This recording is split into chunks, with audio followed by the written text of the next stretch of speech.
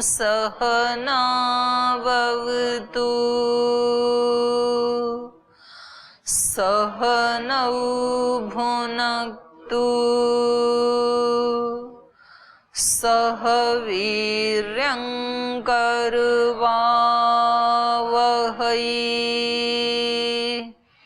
तेजस्विनावधीतमस्तु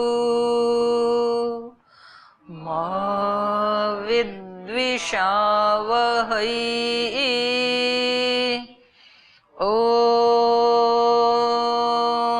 शांति शांति शांति।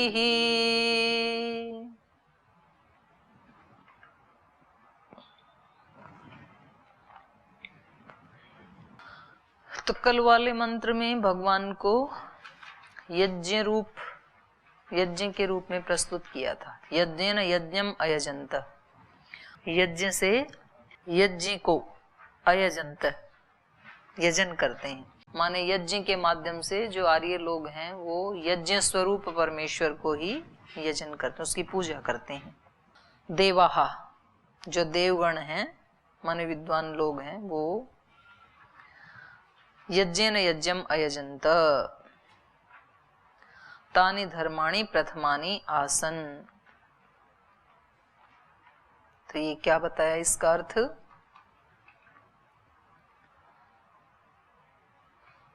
तानि धर्माणि, तानि मतलब तानि एव धर्माणि प्रथमानि सर्व कर्मेभ्य, प्रथमानि मतलब सब कर्मों के आदि में, सर्व कर्मभ्यः आदौ सर्व मनुष्यैः कर्तव्य आसन, कर्तव्यानि आसन करने चाहिए। किस धर्म को? यज्ञ को, ईश्वर स्तुति प्रार्थना उपासना को ही, सब देवों को यज्ञ के आदि में। तानि धर्माणि माने यज्ञ के धर्मों को, अर्थात ईश्वर स्तुति प्रार्थना उपासना, उसको क्या करना चाहिए? सब कामों के शुरू में करना चाहिए। तेह नाकम महिमान सचंत यत्र पूर्वे साध्या संति देवाः। तो तेह नाकम महिमान है, नाकम माने मोक्ष पद है ना, जहां दुख नहीं है, वहां पर साध्या, साध्या माने साधनवंत, और कृत साधनाश्च, जो अभी साधना कर रहे हैं, साधना करने वाले करते हुए, और जिनकी साधना संपूर्ण हो गई, वो सब देव विद्वान पूर्वे अतीता। और ना के मतलब यत्र मोक्ष आक्षेप परमे पदे सुखिने संति, वहां वो सुखपूर्वक रहते हैं। न तस्मात् ब्रह्मण शत वर्ष संख्यातात् कालात् कदाचित पुनरावर्तन्ते इति। और कहते हैं उस ब्रह्म से, वो उस ब्रह्म के सैकड़ों वर्षों तक, ब्रह्म का तो एक दिन ही हमने पढ़ा था ना, सृष्टि काल दिन और प्रलय मृत्यु, और फिर वैसे ऐसे ऐसे एक एक दिन लगा करके मानो कि 365 दिन का एक वर्ष माने, तो फिर ऐसे ऐसे 100 वर्ष, तो बहुत लंबा काल हो गया ना। तो इतने समय तक वो वापस नहीं आते हैं उस मोक्ष से। किंतु तमेव समसेवंत, बल्कि उसी का ही सेवन करते हैं, मोक्ष का ही सेवन करते हैं। तो यहाँ की जो गणना है इसके अनुसार कितना बता दिया इन्होंने? ब्रह्मा के 100 वर्ष तक। अत्र आहु नैरुक्तकारा यास्काचार्य, और इसी के ऊपर यास्काचार्य ने कहा यज्ञेन यज्ञम अयजन्त देवाः, देवा यज्ञ से यज्ञ का यजन करते हैं। अग्निना अग्निम अयजन्त देवा, अग्नि से अग्नि का यजन करते हैं। अग्नि ही पशु आसीत तम आलभंत तेन आयजन्त इति च ब्राह्मणं तानि धर्माणि प्रथमानि आसम तेह नाकम महिमान समसेवन्तः यत्र पूर्वे साध्या सन्ति देवा साधनः द्युस्थानो देवगण इति नैरुक्त्या। तो वही अर्थ है इनका भी, लगभग पहले वालों के जैसे ही। अग्निना जीवेन अंतःकरणेन वाग्निम परमेश्वरम अयजन्त। तो कह रहे हैं अग्नि ना मतलब, यहाँ अग्नि का अर्थ क्या लिया इन्होंने? जीव का अंतःकरण। हमारे अंतःकरण की जो अभीप्सा है, संकल्प है, भक्ति है, वो भी क्या है? अग्नि ही है। तो उस अग्नि से, अग्नि न माने जीवेन अंतःकरणेन, वाग अग्निम, वाणी रूपी अग्नि को, अर्थात परमेश्वर को, परमेश्वरम अयजंत, उस परमेश्वर का यजन करते हैं। और अग्नि ही पशु आसीत, अग्नि क्या है? पशु, आसीत ही है, रहेगी, तीनों अर्थ होते हैं ना। अग्नि पशु आसीत, तम एव देवा आलभंत, और उसको ही इन देवों ने प्राप्त किया। माने देवों ने क्या प्राप्त किया? वाणी को। अग्नि पशु, वाग अग्निम कहा ना पहली वाली पंक्ति में, वाग अग्निम परमेश्वरम, यहां परमेश्वर को कहा वाणी रूपी अग्नि। और अग्नि ही पशु आसीत, वो अग्नि परमेश्वर का एक नाम पशु भी है ना, तो उस अग्नि को ही कह रहे हैं अग्नि ही पशु आसीत, वो अग्नि पशु था माने परमेश्वर। तम एव देवा आलभंत, उसको ही देवों ने प्राप्त किया, माने ईश्वर को प्राप्त किया, पशु रूप ईश्वर को, जो देखने वाला सर्वद्रष्टा है उसको। सर्व उपकारकम अग्निहोत्राद अश्वमेधंतम भौतिक अग्निना अपि यज्ञम देवा समसेवंत इति। तो इसलिए कह रहे हैं सबकी उपकारक, सबका उपकारक जो यज्ञ है वो अग्निहोत्र से लेकर के अश्वमेध पर्यंत जो भौतिक अग्नि है, उस अग्नि के द्वारा भी देवाहा, ये देवगण, यज्ञम समसेवंत, उस यज्ञ रूप परमात्मा का ही आसेवन करते हैं, माने उसी की पूजा करते हैं, उसी का सेवन करते हैं। समसेवंत इति वा साध्य साधनवंतो यत्र पूर्वम पूर्वम भूता मोक्षाख्यानंदे पदे संति, तो उसका सेवन करते हुए पहले भी जो मोक्ष को प्राप्त हो गए और अभी भी जो साधनवान हैं, जो साधना कर रहे हैं, वो उस आनंद पद में लीन रहते हैं। तम अभिप्रेत्यात एव द्युस्थानो देवगणा इति निरुक्तकारा वदन्ति। तम अभिप्रेत्यात, उसको ही, अभिप्रेत्यात यहां से जाने के बाद उसी को, तम एव किसको? द्युस्थान, जो द्युस्थान में रहने वाला देव है उसी को प्राप्त करते हैं। इति निरुक्तकारा वदंती, ऐसे निरुक्तकार कहते हैं। द्युस्थान प्रकाशमय परमेश्वर स्थानम, द्युस्थान का मतलब है प्रकाशमय स्थान, अर्थात परमेश्वर स्थान या परमेश्वर की स्थिति। स्थित्यर्थम यस्य स, द्युस्थान प्रकाशमय परमेश्वर स्थानम स्थित्यर्थम यस्य स, यद्वा सूर्य प्राणस्थाना विज्ञान किरणः तत्रैव देवगणा देव समूहो वर्तत इति। या फिर ऐसे समझ लें, द्यु का मतलब है कि जहां सूर्य प्राणस्थानः विज्ञान किरणः, सूर्य के प्राण क्या हैं? उसकी रश्मियां, तो वो जो रश्मियां जहां रहती हैं वहां पर ये देवगण, इनका समूह रहता है, माने प्रकाश की स्थिति में रहते हैं। इसका सारांश ये है कि देवगण जो हैं वो हर काम को करने से पहले ईश्वर की स्तुति, प्रार्थना, उपासना करते हैं, और जब विशेष रूप से पूजा करनी है तो यज्ञ के द्वारा उसकी पूजा करते हैं, और वो यजन करते हुए वो उन लोकों को प्राप्त करते हैं जहाँ कभी अंधकार का लेश भी नहीं होता है, प्रकाश वाले स्थानों को वो प्राप्त करते हैं। और वो प्रकाश वाले स्थान को ही यहाँ पर मोक्ष भी कहा, आनंद भी कहा, माने हमेशा आनंद में रहते हैं, हमेशा प्रकाश युक्त स्थान में, अर्थात ज्ञान की स्थिति में रहते हैं। जो व्यक्ति प्रतिपल भगवान की स्मृति बना करके जो कर्म करेगा तो वो हमेशा कैसे रहेगा? ज्ञान की स्थिति में रहेगा, आनंद की स्थिति में रहेगा, सुख की स्थिति में रहेगा। और जो उसको हटा करके कर्म करेगा तो अंधकार में फिर मृत्यु के साथ रहेगा, दुख के साथ रहेगा, परेशानी के साथ रहेगा। तो जब जब हम परेशान होते हैं तो हमें क्या सोच लेना चाहिए? हम ईश्वर से दूर हो गए। तो परेशानी को दूर नहीं करना, बल्कि ईश्वर की शरण में जाना है, उसको पकड़ना है। अद्भ्यः संभृत पृथिव्यै रसाश्च विश्वकर्मण समवर्तताग्रे तस्य त्वष्टा विद्रूपमेति तन्मर्तस्य देवत्वम् आजानम् अग्रे। तेन पुरुषेण पृथिव्यै, पृथिव्यै माने पृथिव्युत्पत्त्यर्थम अद्भ्यः रसः संभृतम, संभृतम माने संगृह्य, तेन पृथ्वी रचिता।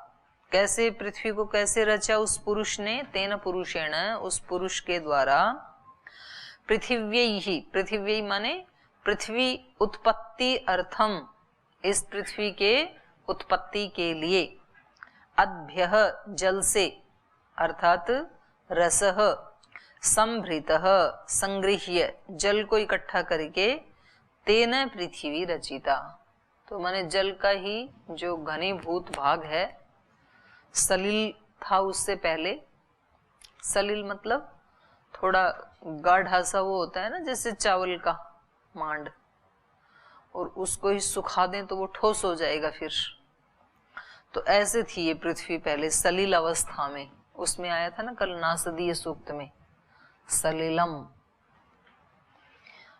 अंडे के अंदर जो रहता है पीला पीला सा बच्चा बनने से पहले, उसको सलिल कहते हैं।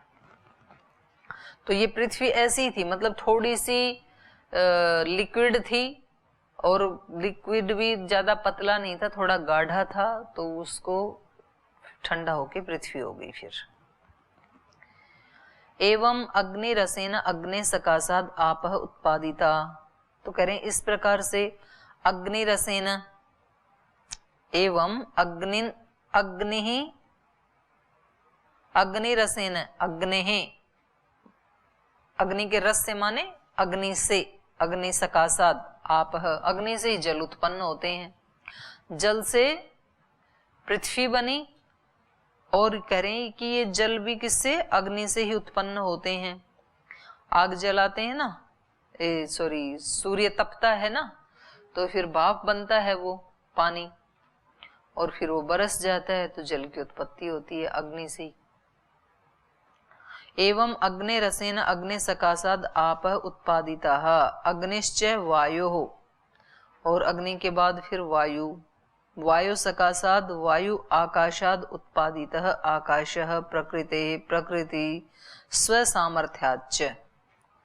अग्नि, वायु, और वायु सकाशाद वायुराकाश, जिस आकाश में वायु रहती है वो आकाश, उत्पादितः उत्पन्न किया, आकाशः प्रकृतेः, और आकाश प्रकृति से, प्रकृति ही, फिर ये सारी प्रकृति स्व सामर्थ्याच, अपने सामर्थ्य से उसने बना दी। तो पहले अग्नि, फिर वायु, फिर आकाश, फिर ये सारी प्रकृति, ये क्रम बता रहे हैं। विश्वम सर्वम कर्म क्रियमाणस्य स विश्वकर्मा, उसको विश्वकर्मा क्यों कहा? मंत्र में कहा ना, रसाच विश्वकर्मण, तो विश्वकर्मा किस लिए है वो? विश्वम माने सर्वम, सर्वम कर्म क्रियमाणस्य, सब कामों का जो करने वाला है, तो उस क्रियमाणम अस्य, सारा जगत ही किया हुआ है जिसका, माने बनाया हुआ है जिसका, उसको कहेंगे विश्वकर्मा। तस्य परमेश्वरस्य सामर्थ्य मध्ये कारणाख्ये अग्रे सृष्टि प्राक जगत समवर्तत, समवर्तत माने वर्तमानम आसीत। तस्य परमेश्वरस्य सामर्थ्य मध्ये, उस परमेश्वर की सामर्थ्य में ही, कारणाख्ये अग्रे, जिसको हम कारण कहते हैं, अर्थात प्रकृति, मूल प्रकृति, अग्रे माने सृष्टि प्राक, सृष्टि के आदि में, ये सृष्टि रचने से पहले, जगत समवर्तत, ये जगत कैसे था? कारण रूप पृथ्वी में था, प्रकृति में था, और वो कारण रूप प्रकृति ईश्वर में थी। तस्य परमेश्वर से सामर्थ्य मध्य, उसकी सामर्थ्य में थी वो। तदानीम सर्वम इदम जगत कारणभूतम एव न ईदृशमिति, तो उस समय ये सारा का सारा जगत कैसे था? कारणभूत था, न ईदृशम, अभी दिख रहा है ऐसे नहीं था। अब ऐसी इच्छा करती है कि मतलब उस स्थिति को देखना चाहिए, लेकिन देखें कैसे? जब सृष्टि नहीं बनी तो हम कैसे बन सकते हैं? देखने वाला शरीर, चक्षु आदि कैसे बन सकते हैं? तो उसको देखने का तो एक ही तरीका है, समाधि योग। तो मतलब एक देखने जैसी मन करता है ना कि जब ये सारी सृष्टि नहीं थी तो कैसा था उस समय, क्या था। हाँ आपने तो बोल दिया क्योंकि आप तो देख चुके हैं, न सदासीत न असदासीत। मैं तो अपनी कह रही हूँ कि देखने की इच्छा है, तो देखें कैसे। आप तो देख आए ना, तो उत्तर दे रहे हैं न सदासीत न असदासीत कह रही।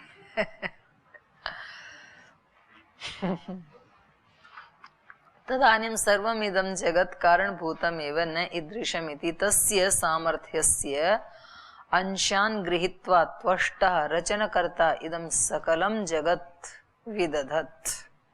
और कह रहे हैं उसके सामर्थ्य के एक अंश से, उसकी सारी सामर्थ्य नहीं लगी है, अंशान गृहीत्वा उसके एक अंश को लेकर के त्वष्टा, उस त्वष्टा ने, त्वष्टा माने रचनकर्ता, उस सृष्टिकर्ता ने, रचने वाले ने, सकलम जगत विदधत्, इस सारे जगत को बना दिया थोड़ी सी सामर्थ्य से। क्योंकि को जो बनाने वाला है वो किसी चीज को बनाने में उसकी सारी सामर्थ्य तो कभी भी लगती नहीं है ना, उसकी सामर्थ्य का एक अंश ही लगता है। तो वो बनाने वाला तो हमेशा उससे बड़ा होता ही है, चाहे वो दिमाग से कोई रचना करे या कोई हाथ पैर आदि से कोई रचना करे, पर रचनाकार हमेशा रचना से बड़ा ही होता है, एक ही अंश लगाता है उसमें वो। पुनश्च इदं विश्वं रूपवत्वम् इति तदेव मर्त्यस्य मरणधर्मकस्य विश्वस्य मनुष्यस्य अपि च रूपवत्वं भवति।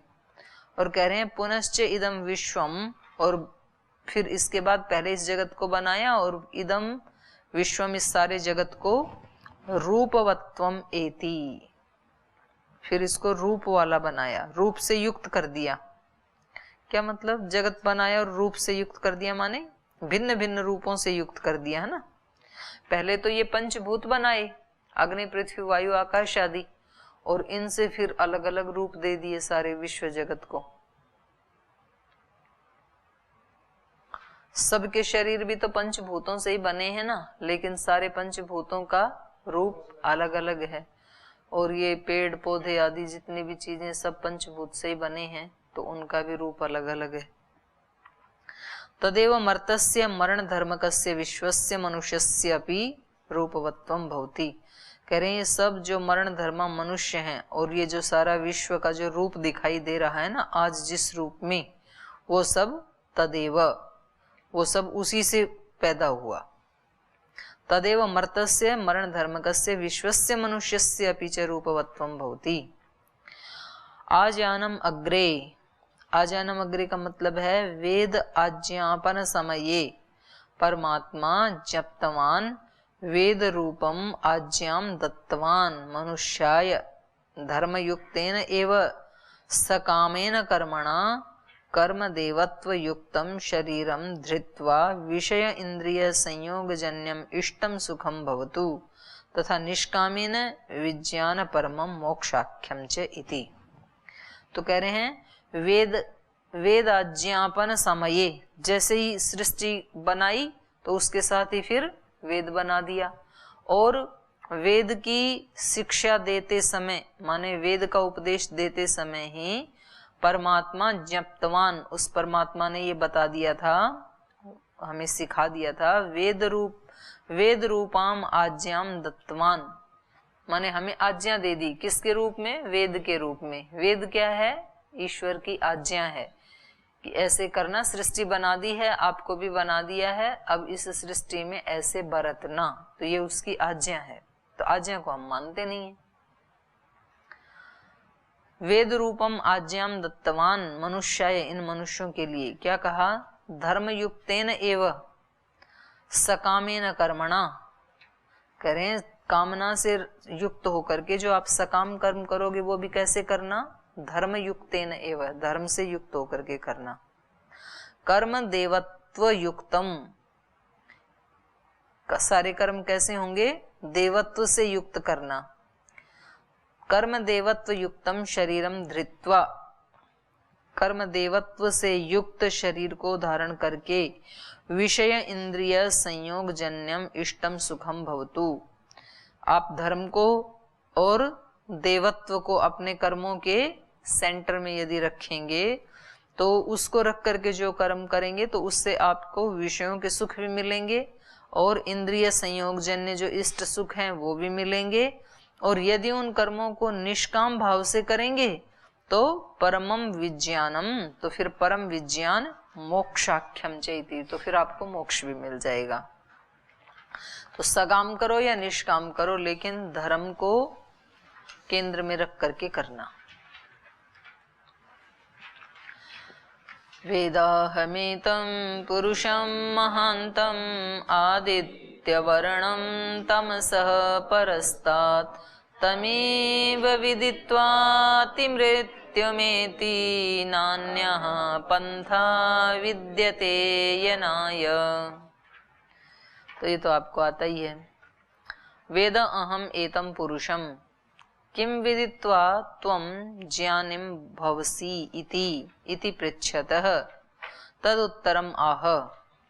किसको जान करके आप ज्ञानी बनेंगे, ऐसा किसी ने पूछा तो उसका उत्तर यहाँ कहा जा रहा है। हम किस चीज को जानने के बाद ज्ञानी बनेंगे, तो उसको कह रहे हैं यतः, यतः माने पूर्वोक्त लक्षण विशिष्टम सर्वेभ्य महांतम वृद्धतम आदित्यवर्णम स्वप्रकाश विज्ञान रूपम तमसो अज्ञान अविद्या अंधकारात् परस्तात् पृथक वर्तमानम परमेश्वरम पुरुषम अहम वेद अहम जानामि अत अहम ज्ञानी अस्मि, उससे मैं ज्ञानी बन जाऊंगा। तो ये क्या कह रहे हैं कि किसको जान करके ये व्यक्ति ज्ञानी होता है, तो कहा जो पूर्वोक्त लक्षण वाला जो विशिष्ट जो जितने भी लक्षण बताए पिछले मंत्रों में ईश्वर के, उन सब से विशिष्ट सर्वेभ्यो महानतम जो सबसे महान ईश्वर है उसको, और वृद्धतमम जो सबसे वृद्धतम है माने महान है, वृद्धि को प्राप्त है, और आदित्य वर्णम कैसा है वो, आदित्य के वर्ण वाला। आदित्य का वर्ण क्या है, प्रकाश स्वरूप है ना। तो आदित्य वर्ण माने स्व प्रकाश विज्ञान स्वरूप, उसका अपना प्रकाश है, अपना विज्ञान है, वही उसका स्वरूप है। और तमसो अज्ञान अविद्या अंधकारात, तमस परस्तात कहा ना, तो तमस का मतलब क्या है, अज्ञान, तमस का मतलब है अविद्या, तमस का मतलब है अंधकार। तो उन सब से परस्तात, परस्तात माने पृथक, अज्ञान से अविद्या से अंधकार से जो सबसे पृथक है, ऐसे वर्तमानम परमेश्वरम, ऐसे उस विद्यमान परमेश्वर को, ऐसे उस परमेश्वर पुरुष को अहम वेद मैं जानामि मैं जानता हूँ। अतो अहम ज्ञानी अस्मि, उस ज्ञानी को जानता हूँ इसलिए मैं ज्ञानी हूँ। और जो उसको नहीं जानता है तो फिर अज्ञानी है, बाकी चाहे कितनी भी चीजें जाने। तो ज्ञानी कौन है, जो ईश्वर को जानता है। ईश्वर को जानता है मतलब ईश्वर को जो साक्षात्कार अनुभूति कर चुका है। और जिसने नहीं किया है उसने कितने भी शास्त्र पढ़े तो क्या माना जाएगा, अज्ञानी। तो कभी तो ऐसे होता है ना कि बहुत सारे शास्त्र पढ़ने वाले जो प्रकांड विद्वान है वो तो जान ही नहीं पाते हैं, और कोई ऐसे जो बहुत आध्यात्मिक वृत्ति वाले हैं उन्होंने शास्त्र नहीं पढ़े भले ही तो भी वो जान जाते हैं, ऐसे भी होता है ना। तो दोनों में से बड़ा ज्ञानी कौन, जिसने ईश्वर की अनुभूति कर ली वो बड़ा ज्ञानी। तो इसलिए कहा परमेश्वरम पुरुषम अहम वेद अहम जानामि अतो अहम ज्ञानी अस्मि इति निश्चय नैव तम अविदित्वा कश्चित् ज्ञानी भवितुम अर्हति इति। उसको जाने बिना कोई ज्ञानी नहीं हो सकता है, भले ही कितना भी जान ले, पुस्तक का ज्ञान कितना भी जान ले ये, लेकिन यदि उसको नहीं जाना तो फिर वो ज्ञानी नहीं हो सकता है। क्योंकि ये तो ज्ञान कहीं का कहीं चला जाता है, भूल जाते हैं हम सारा। जब ठीक मौका आता है ना तो हमने क्या क्या अच्छे अच्छे वाक्य सुने थे, क्या क्या अच्छे वाक्य बोले थे, क्या क्या पढ़े थे, वो सारे पता नहीं कहाँ गायब हो जाते हैं। और व्यक्ति वही करता है जो उसका अंदर की स्थिति है, अज्ञान अंधकार से युक्त जो स्थिति है। और उसको यदि हटा दिया उसने अंदर से, तो अब उसको चाहे एक श्लोक भी याद ना आए, चाहे एक मंत्र भी याद ना आए, लेकिन वो हर परिस्थिति से पार चला जाएगा, उसको फेस कर लेगा, क्योंकि अंदर प्रकाश है ना। तो बाहर वाला नहीं, अंदर वाले को ज्यादा ये महत्व दे रही है। नैव तम अविदित्वा कश्चित् ज्ञानी भवितुम् अर्हति, कुतः तमेव विदित्वा मनुष्यः तम एव पुरुषम परमात्मानं विदित्वा अतिमृत्युम, अतिमृत्युम माने मृत्युम अतिक्रांतम, मृत्यु का अतिक्रमण करता हुआ, अर्थात मृत्योः पृथक भूतम, मृत्यु से अलग होता हुआ, मोक्षाख्यम आनंदम एति, मोक्ष नाम वाले आनंद को प्राप्त कर लेता है। आनंदम एति माने आनंदम प्राप्नोति, नैव अतो अन्यथा, इसके भिन्न और कोई रास्ता नहीं है, ये की रास्ता है। तो एवकारात, एव जो लगाया ना, तम एव विदित्वा, तो कह रहे हैं एवकारात, एवकारात तम ईश्वरम विहाय, एव लगाने से अर्थ ये हुआ कि उस ईश्वर को छोड़ के नैव कस्यचित् अन्यस्य लेश मात्र अपि उपासना केनचित् कदाचित् कार्य इति गम्यते, उस ईश्वर को छोड़ करके किसी की भी कभी भी उपासना नहीं करनी चाहिए, ये अर्थ है वेद मंत्र का एव लगा के। तो इससे मतलब ये अभिप्राय नहीं है कि महर्षि दयानंद जो है माता पिता गुरुजन इन सब की भी पूजा उपासना के विरोधी ना, उस समय जो है ना उपासना के नाम से बहुत भ्रम प्रचलित हो गया था, तो इसलिए उन्होंने ऐसा भाष्य किया और ये प्रमाण दिया कि वो ईश्वर ही उपास्य है, क्योंकि ईश्वर को तो बिल्कुल भूल ही गए थे, छोड़ ही दिया था, ईश्वर को कोई नहीं पूजता था। तो और ढोंग पाखंड आदि में और को ईश्वर बना के उसी को ही ईश्वर मानते थे, तो इसलिए उन्होंने ऐसे भाष्य किया इसका। एवकारात् तम ईश्वरं विहाय नैव कस्यचित् आनन्दस्य लेश मात्र अपि उपासना केनचित् कदाचित् कार्य इति गम्यते। कथम इदं विज्ञायते अन्यस्य उपासना नैव कार्य इति, ये आपने कैसे जाना कि अन्य की उपासना नहीं करनी चाहिए? एव लगाने से ये अर्थ आपने कैसे निकाला कि अन्य की उपासना नहीं करनी चाहिए? तो कह रहे हैं न अन्य पंथा विद्यते अनाय इति वचनात्, आगे जो वचन कहा इससे अर्थ निकाला।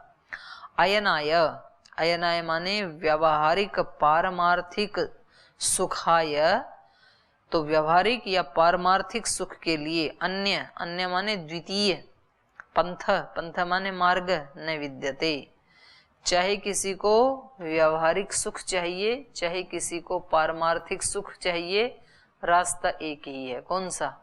अध्यात्म का, धर्म का। ईश्वर को सम्मुख रख करके व्यवहारिक कर्म करेंगे तो व्यवहार में सुख मिलेगा, ईश्वर को साइड में करके मनमाना आचरण करेंगे तो व्यवहार में दुख मिलेगा, ईश्वर को केंद्र में रख करके साधना करेंगे तो मोक्ष की प्राप्ति होगी, उसको छोड़ करके किसी भूत पिशाच और किसी अन्य को पूजेंगे तो मोक्ष की प्राप्ति नहीं होगी। इसलिए तो व्यवहारिक पारमार्थिक सुखाय अन्यो द्वितीय पंथा मार्ग न विद्यते, किंतु तस्य एव उपासनम एव सुखस्य मार्ग, बल्कि उसकी उपासना करना ये ही सुख का मार्ग है। अतः भिन्नस्य ईश्वर गणना उपासनाभ्याम मनुष्यस्य दुःखमेव भवति इति निश्चय। और कह रहे हैं इससे विपरीत क्या होगा? तस्य एव उपासनम एव सुखस्य मार्गः, उसकी उपासना करना ही सुख का मार्ग है। अतो भिन्नस्य, उस मार्ग से भिन्न, अतो भिन्नस्य ईश्वर गण उपासनाभ्याम, उससे भिन्न किसी ईश्वर गण, गण का मतलब यहाँ क्या है? ईश्वर गण, ईश्वर गणना है ना, ईश्वर गणना उपासनाभ्याम, किसी ईश्वर को माने गणना करें, उस ईश्वर को छोड़ के अन्य किसी को ईश्वर के रूप में गणना करें और उसकी यदि उपासना करें तो मनुष्यस्य दुःखमेव भवति, तो फिर मनुष्य को दुख ही होगा। इति निश्चय, निश्चित रूप से।